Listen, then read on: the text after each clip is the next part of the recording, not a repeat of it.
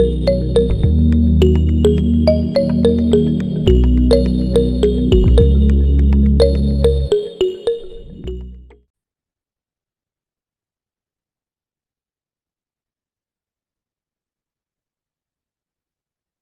everyone, and welcome to another episode of Denise Zaneza, a space where we go beyond official narratives and glossy headlines to examine what is really happening in Rwanda. I am your host, Denise Zaneza, and as always, it is an honor to guide you through these vital and often uncomfortable conversations. Today's episode focuses on the reality that is increasingly shaping people's lives, voices, and freedoms. The topic of digital repression in Rwanda. Under Paul Kagame's dictatorship, human rights violations have moved online. The digital space, once seen as a tool for connection, participation, and opportunity, has become a powerful instrument of control, surveillance, censorship, criminalization of online speech, harassment of critics, and intimidation that crosses borders are now central elements of repression. This is not speculation. These patterns are clearly documented in a stakeholder report submitted to the United Nations Universal Periodic Review, which exposes how freedom of expression, privacy, and digital safety have sharply deteriorated in Rwanda. To help us unpack these findings, understand their real-world impact, and explore what they mean for activists, journalists, human rights defenders, and ordinary citizens, I am joined today by Patricia Ainembabazi. Patricia is a policy and advocacy officer, and her work sits at the critical intersection of technology, human rights, and civic space. Patricia, thank you so much for joining us today. Thank you. Thank you for having me. Wonderful. Before we dive into our conversation, for those who don't know you, who is Patricia Ainembabazi? Oh, thank you. I think you already did more of the introduction about me. I'm a Ugandan. I work with Cipesa as the policy and advocacy officer. And for those that may not know what Cipesa is, it stands for the Collaboration on International ICT Policy for East and Southern Africa. We are headquartered here in Kampala, Uganda, but we do work with researchers and lawyers and human rights activists across the African continent and beyond. Wonderful. Thank you so much for sharing your short, amazing resume with us, and clearly the perfect person for today's conversation. And could you explain to our audience how digital technology can enable or amplify human rights violations, and also how someone can recognize once one's rights have been violated through technology? Great. I think the first thing we need to understand is what are digital rights, because it's the same basket as human rights, but these are rights that extend to online spaces. And maybe what I did not mention before is that I've been working in these human rights spaces for the last 9 years or so, both at national level, regional level, and the international level. And from what we've been seeing as offline violations, they do trickle down to online, since the internet or the digital sphere has grown to be large and most used on the African continent and beyond. So what would amount as a violation? You just have to look at it as what amounts as a human rights violation, and then now shift it to what is online. It could be a violation on expression, way of sharing information, and so forth. So if you ask what that means for different communities, it takes different shapes and forms, right? And what we do at Cipesa is, and with other partners also, is to help to do the capacity building, teaching people what a violation looks like, and what the good use of the internet looks like, in regards to human rights. And again, when you look at the legal spheres or the legal instruments that govern the whole sector, it's the same, whether offline or online. It's the same human rights, but just these are rights that are enjoyed in online spaces. Yes, yes, that is very clear. And so your organization, Cipesa, you submitted a joint report to the United Nations on human rights in the digital context and on Rwanda as part of the Universal Periodic Review. And for our listeners who may not be familiar with the UN UPR, would you explain in short what it is and what your organization hopes to achieve through this submission?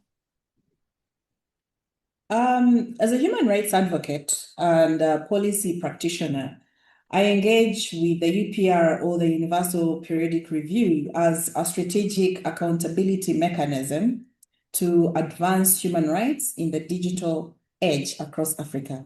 Yes. Now, if someone does not know what a UPR is, this is it's a United Nations human rights monitoring process through which human rights records of every UN member state is reviewed on a rotating basis, and it is conducted under the United Nations Human Rights Council.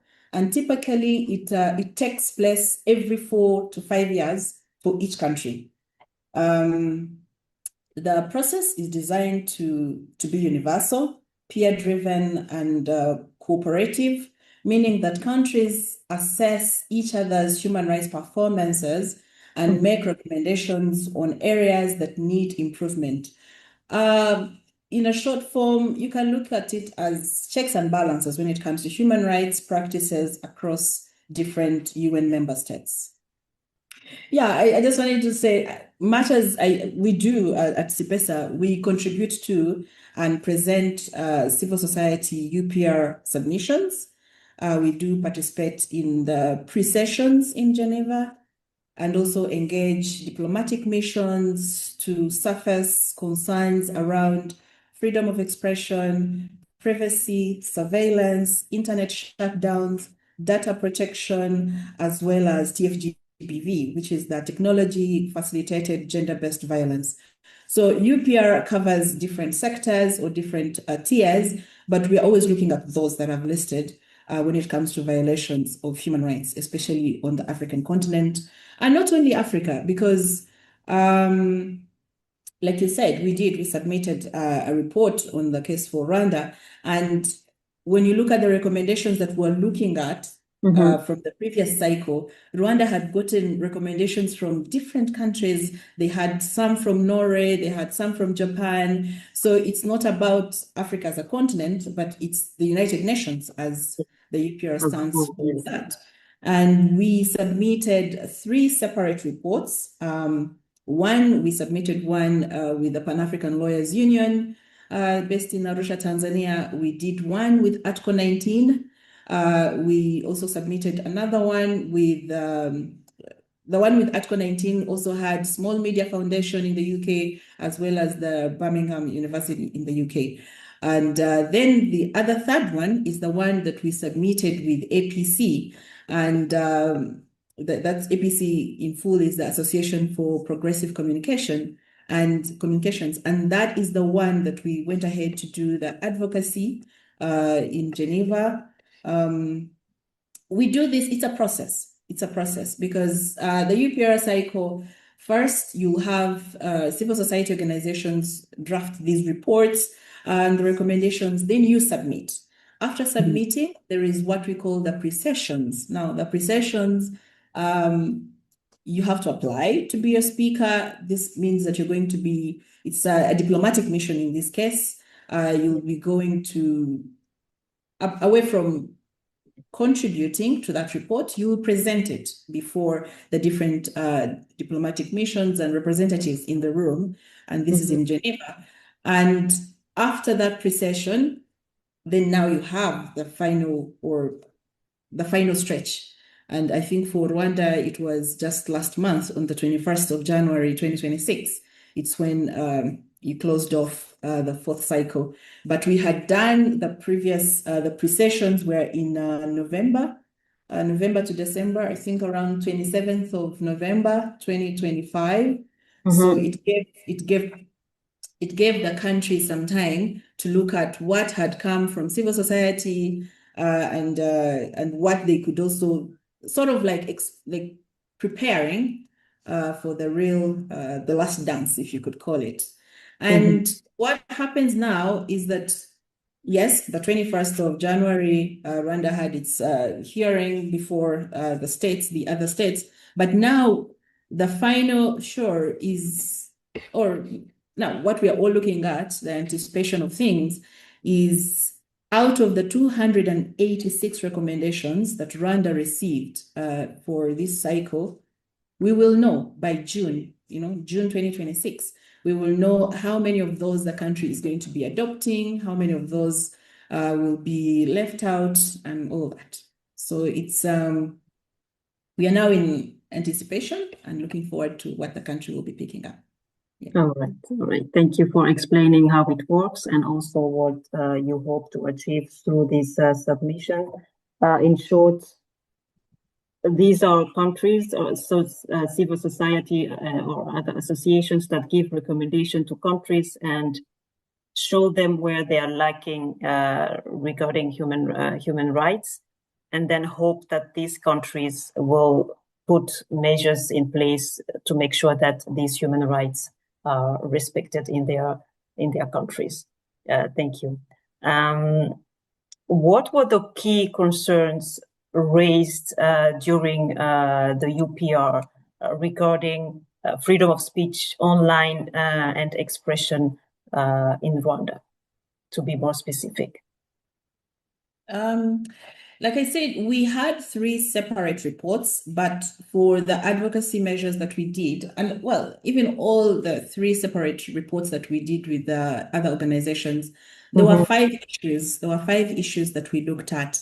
And number 1 was the restrictive legal frameworks on freedom of expression. Number 2 was the institutionalized surveillance and lack of oversight. Issue number 3 was the persistent gender digital divide. And then number 4 was TFGBV, which is the technology facilitated gender-based violence. And then the last one was the weak data protection and accountability framework. Now, the 5 issues had 9 recommendations. So when I was reading the recent updates, and I got to see that Rwanda received 286 recommendations overall. So that means that our 9 recommendations are part of the 286. So Yes. it's not always. I remember in the pre-sessions in November, we were only 3 submitting organizations, but which means not all the 286 came from us. So there were other people, but they did not get the opportunity to have to present their case or their issues before the panel. So out of the 5, I could say we were looking at the digital context of Rwanda, but out of the 5, the 2 were very prominent. Number 1 being the TFGBV, the technology facilitated gender-based violence. Not that it is new to the sphere, but it's something that is gaining traction. It's gaining traction not only in Africa, but even across. But for the case of Rwanda, we were looking at examples of how the whole TFGBV is affecting politics in the country. And it is not also isolated for the case of Rwanda. It cuts across in Eastern region or even the West, the South. We are seeing it here in Uganda, where you wake up, you're a political aspirant, but just because someone has on the internet and posted ABCD, that alone, it leads to like self-censure. You're afraid to come out and speak about ABCD because of how your internet image has been painted. In our submission on TFGBV, we talked about how it deters women from public participation and the shrinking civic and political space. We also talked about the psychological harm and the social stigma that silences women's voices in online spaces. We went ahead to talk about the weak enforcement that perpetuates impunity for perpetrators and fails the CEDAW Articles 2, 3, and 7. And lastly, we also talked about the persistent digital misogyny that undermines progress towards SDG 16. This is the Sustainable Development Goal that looks at peace, justice, and institutions. So in our submission, we're also looking at if the government of Rwanda does, adopts this recommendation, this issue, looks at it and addresses it. It could be an example that other African countries could look at and borrow ideas. And before we know it, TFGBV would be a case in the past, it would be addressed. And what were we looking at? Away from having the legal frameworks that point out what amounts to a violation and all these, will there be a place for, away from the damages, but what happens to the victims? What happens to the victims? Can we have something that, away from also deterrence, can we have something that will sort of give them relief, knowing that they reported a case and it has been maybe, okay, fine, it has been taken down off the internet, but even the trolls that engage in these kinds of things can learn something from that and not do it again, So those are the things that we're also looking at. Then the other big thing that came up also was the restrictive legal framework on freedom of expression.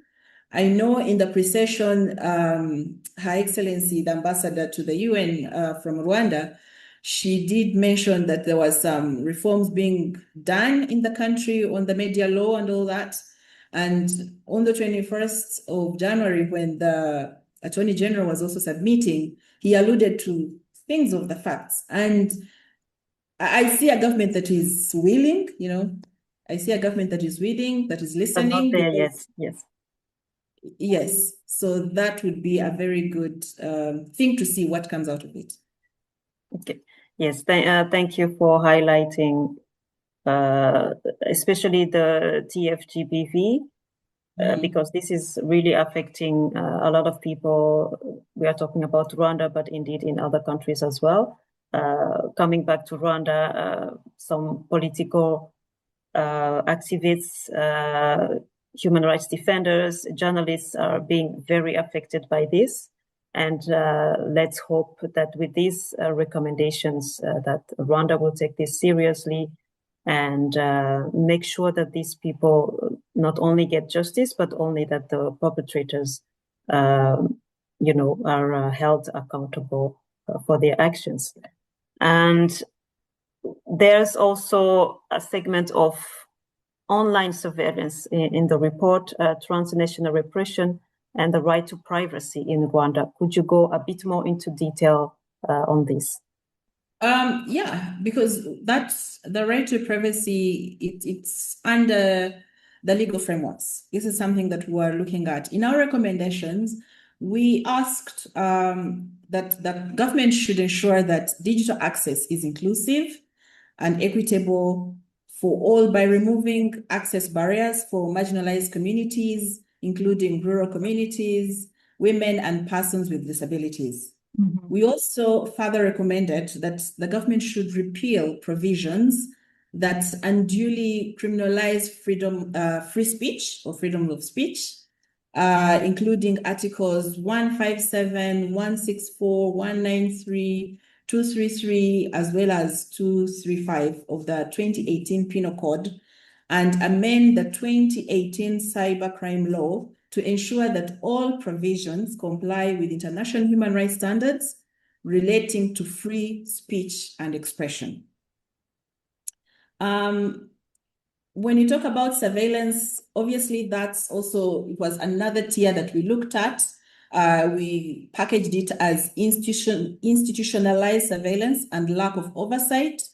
We were looking at the constant monitoring that chills activism and deters political participation. Because if you know you're being surveilled, if you know that someone is looking into what you're doing, in a way, as a blogger, as a writer, as an activist, journalist, lawyer, there is a way how you will end up stopping yourself from actually addressing the matter, because you will feel like maybe it's not worth it when you look at your security measures.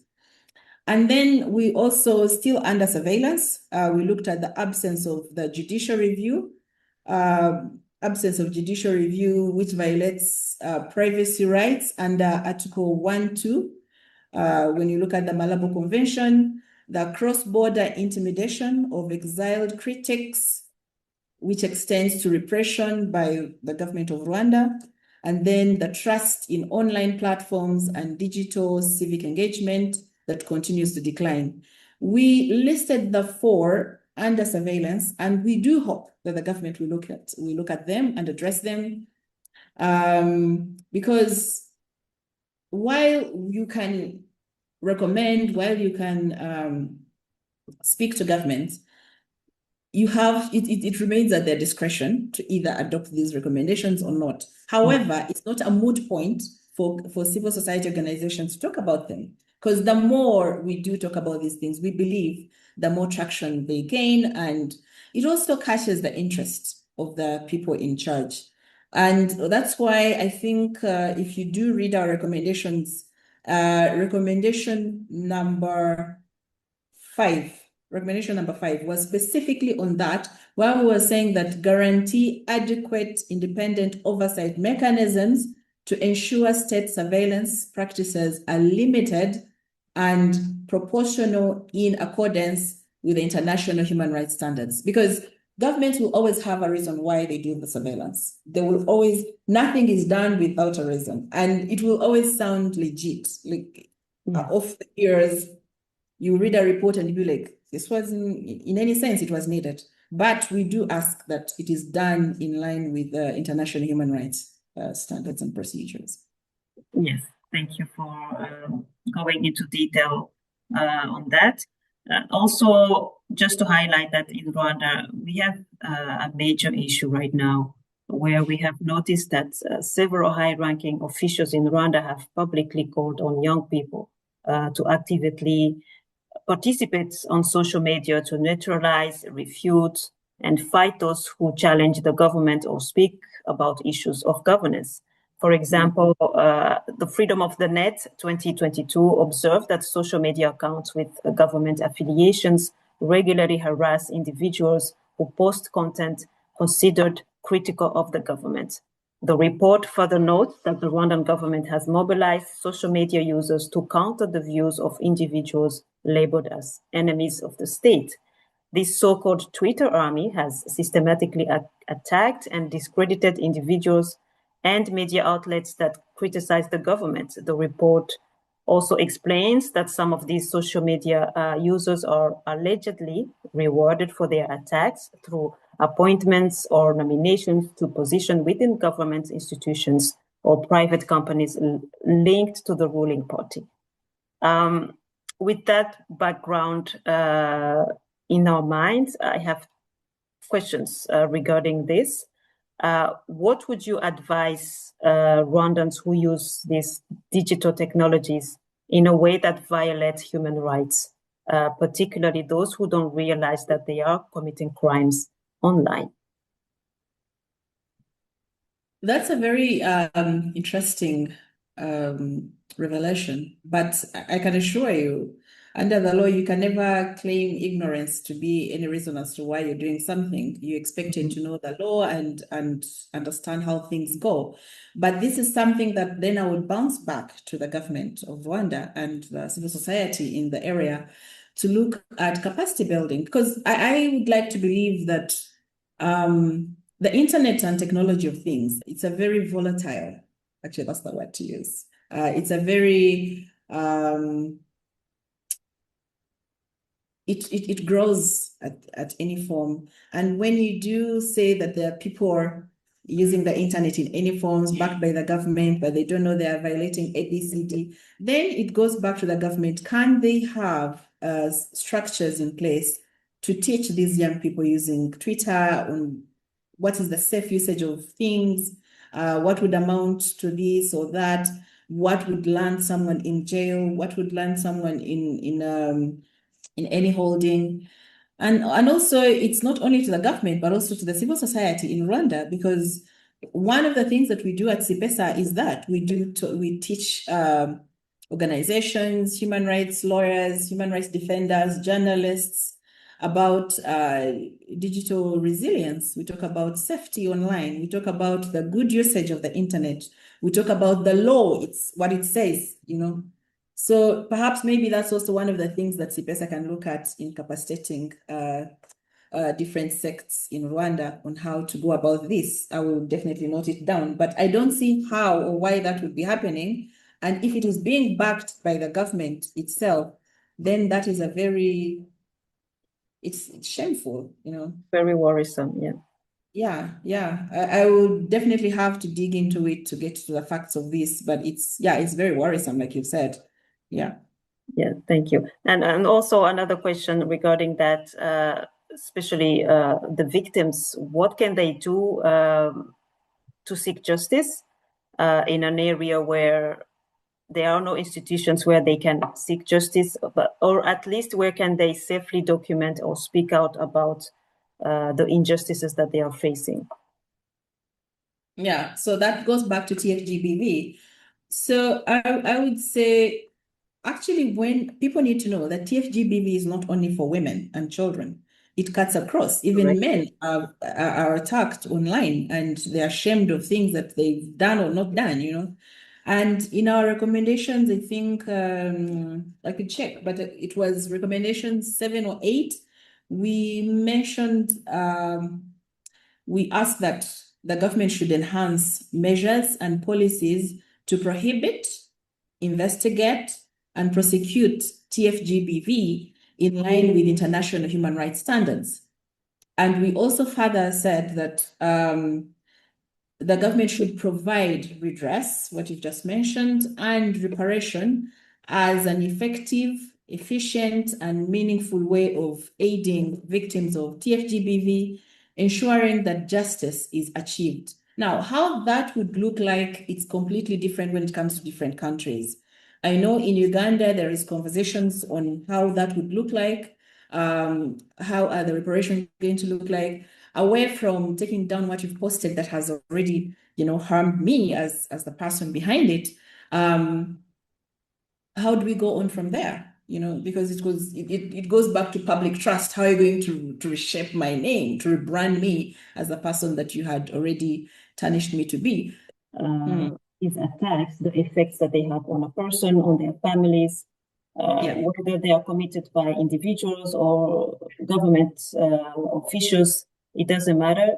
The effects are very deep and can cause deep harm to the victims. So it is very important that we keep on talking about this and to make governments aware of the dangers ahead or the dangers that are already existing right now in the digital area. So yes. I mean, I could add to that. We have had conversations like this here at Cipesa. Just last year, we had a webinar where we were looking at it from the judicial lens of things, because at the end of it, when you're going to fight TFGBV, it's going to be you have to use the law in any way, right? Yes. You have to cite the law, you have to see what policies are in place.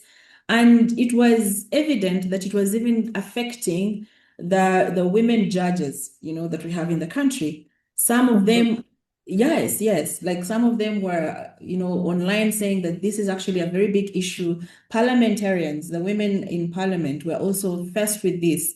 And like I said, it's not only for women, but mostly we've seen the numbers growing gradually that do affect women. And the African Union has gone ahead. There is a resolution on this. Particularly, I think it's resolution 522 that talks about protecting of women in online spaces and so forth. So it's a growing trend that we need to look at and find. I will find the resolution. And so TFGBV, it's a growing concern, and civil society organizations have also gone ahead to work against these issues, working with the judiciary, working with different sectors of the government. And it so happens that the African Union has looked at it. We have the resolution on the protection of women against digital violence in Africa. This is the resolution 522 of 2022. It came out in that year, 2022, specifically looking at protecting women against digital violence in Africa. Now, how that looks like, it takes shapes. It can go in politics, it can go in your family, it can go on just normal social media. But in what we've been looking at Cipesa was looking at the elections, at politics. How are women being pushed away or pushed out of political races using the internet? Yes. So that goes back to the safe and the harms, the safe use of the internet and the harms that come out of that. Now, going to my parting shots on this, the UPR, back to the point of the Universal Periodic Review, it is a very good instrument. I would say perhaps it's underutilized when it comes to African governments and how we engage with the UN UPR, but there is a growing benefit out of this. For the case of Rwanda, I think we saw a very willing country just from the lineup of the people that showed up on the 21st of January 2026. That alone showed an appetite to address the issues that were coming out. And what was interesting to note was that given this is a platform where governments do look at each other's dirty linen when it comes to human rights, it was interesting to see Rwanda also making recommendations to other countries. Rwanda went ahead to submit recommendations to countries like Mauritania, Nepal, Oman, Austria, Georgia. So that alone shows, and most of the things that they were looking at, they are the things that we had also submitted for Rwanda to look at. I'll give you an example. For Georgia, Rwanda recommended that the government of Georgia, this is in Europe, should expand free legal aid and trauma-informed psychological services for survivors of violence against women and domestic violence, and also to accelerate the adoption of the draft law on restorative justice. And those are the things that we were also hoping that Rwanda could address back home. So if a country is able to pick an issue from another country, yet it's actually already suffering from that same issue, we do hope that June will bring good results from the country. They would have adopted Yes. the recommendations that we put up towards the better human rights environment in the country. Yeah, thank you, Patricia. It's a call to the government of Rwanda to continue taking serious the recommendations that come from the civil society when it comes to human rights issues, especially on the digital context. And we do look forward to a good report in June later this year on the number of recommendations that the country would have decided on adopting and addressing. Together, we look forward to a better human rights environment in Rwanda, in East Africa, and across the African continent. Thank you. Thank you, Patricia. And with that powerful message, we have come to the end of today's conversation. Thank you all to everyone who tuned in today, and a heartfelt thank you to our incredible guest, Patricia Ainembabazi, for her amazing contribution to today's conversation, mainly regarding human rights situation in Rwanda, especially in the context of the digital technology. And this is a work in progress, and we have to keep on fighting for change. We have to keep on fighting for a better tomorrow for everyone. As we say in Kinyarwanda, Imana ifasha uwifashije. God helps those who help themselves. Let that be a call for all of us, a call for action. If you believe in democracy, human dignity, and the rule of law, now is not the time to look away. We must reject complicity through silence. We must raise our voices, and we must stand in solidarity with those who cannot speak freely. Until next time, take care and stay engaged. Yep.